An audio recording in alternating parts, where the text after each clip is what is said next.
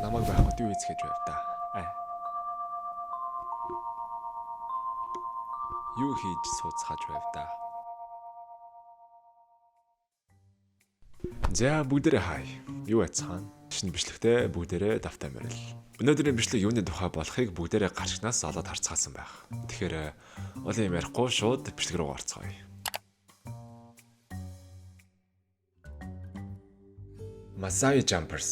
Masai Jumpers.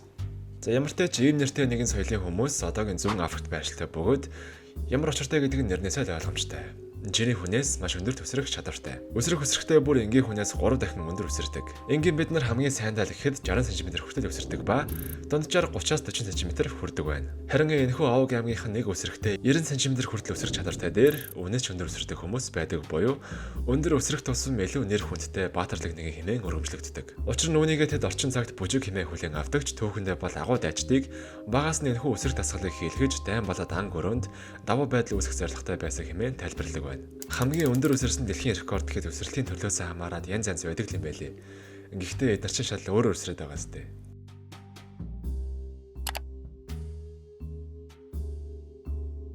Одоо танарт жинхэнэ өөрийн гараа гаргаж хоол хийдэг хүнийг танилцуулах гэж байна. Энэхэг улсад байрлах нэгэн хоолны газрын энэхүү тохиолчийг шидэт гартай хэмээн хүмүүс ярьцгаадаг гин. Түүний хийсэн хоол маш амттай байдаг бөгөөд ихэнх хүмүүс түүний хоолоор нь биш харин хоолоо хэрхэн хийдгээр нь сайн мэддэг гин. Харж байгаачлан тэрээр Цельсийн 200 хэмээн тосонд гараад үрээд яахчгүй байгаа. Тэрээр үнийгээ сүүлийн 25 жил хийж одоо өөрийнх нь хэм маяг болсон бөгөөд өмнө хэлсэнчлэн ирсэн ихэнх хүмүүс түүний халуун тосонд дүрсэн гарыг л харах гэж ирдэг гин.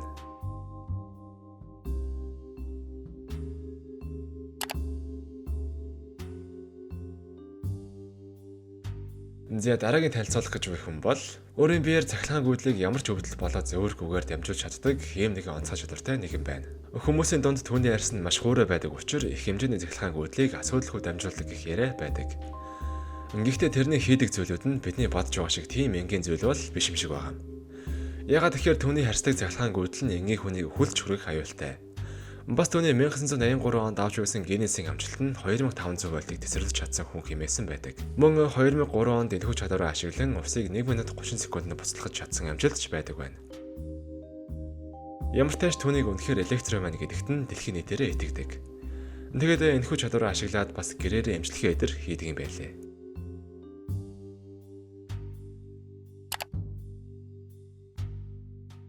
Одоогоос яг 129 жилийн өмнө хүний биеийг нэвт харах боломжтой төхөөрөмж буюу рентген төвийн технологи бий болж байсан. Харин 2004 онд Наташагийн хэнхүү охин хүний доторхыг чөлөөтэй харж чаддаг хэмээн Америк улсын Discovery сувгаар гарч ирсэн байдаг. Түүний энэ чадвараа олж нээсэн хамгийн анхны тохиолдол бага ахтай ээжийнхээ дотор эрхтнүүдийг нэрлэн ярилцаж байсан үе гэдэг бөгөөд эхэндээ зүгээр л түүний төсөөлөл хэмээн бодцгоосон. Харин түүнийг том болон интернетээр нэлээдгүй анхаардын төвд орж ирэх үед түүний чадварыг жигнэсээ туршиж үзэхээр телевизийн шоунуудад урьж эхэлсэн гэдэг. Харин тэрээр хүмүүсийн дотор эрхтнүүдийн шархлаа болон өвчлөл, судасны нарийсэл зэргийг тодорхойлж хэлж чадж байсан гэдэг.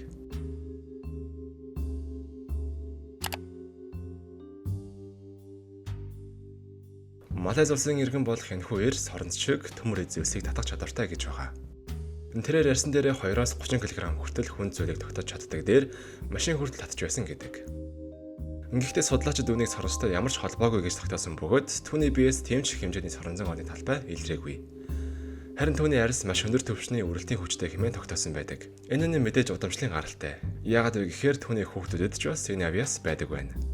Маш өндөр үрэлттэй бол заавал төмөр биш өөр зүйлс тогтоож болох юм шиг байна тийм үү? Зүгээр өөрийгөө соронцтой гэж итгэсэн байгаа болохоор төмөр зүйл би дээр наалуулаад байгаа бах тий. Эсвэл энэ хүнтэй ямар нэгэн байдлаар нүцгэн эдэр шүргэлцээд өнгөрвөл яах вэ? Бидний арьс зумраад үлдэх болов эсвэл наалдаад үлдэх болов гэж. Стивен Вилчер гэх энэхүү залуу Британи улсын маш алдартай зураач. Түүний зургийн авьяас нь 3 настай бяцхан хүү байхад нь аутизмтай хэмээн онцлогдсон цагаас эхэлсэн бөгөөд түүний эгч нь анхын чадварыг нь анзаарсан байна. Найзынхаа байрны 14 давхар өндрөөс хотыг харуулахаар дүүгээ дагуулж явсан байдаг. Харин тэр цагаас хойш Стивен уран зураг болон урлаг татагдж эхэлсэн бөгөөд аливаа зүйлийг нэг хараад л тархиндаа зураг дарж буй мэт хадгалж аваад тэрийгэ зурдаг маш гайхалтай ой санамжтай юм.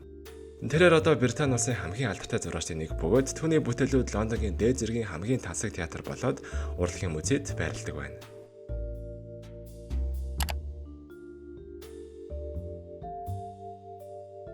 Бидний удирдах чадахгүй гэж боддог зүйлийг тэд хийгээд байна.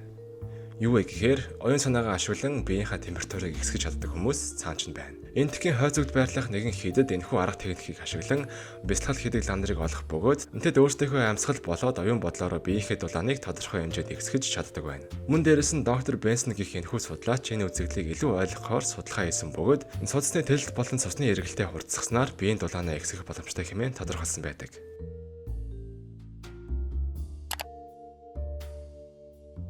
Амьдралдаа хангалттай хэмжээгээр сэлж үзээгүй хүний хувьд энэ талаар ямар ч мэдлэг туршлага байсангүй.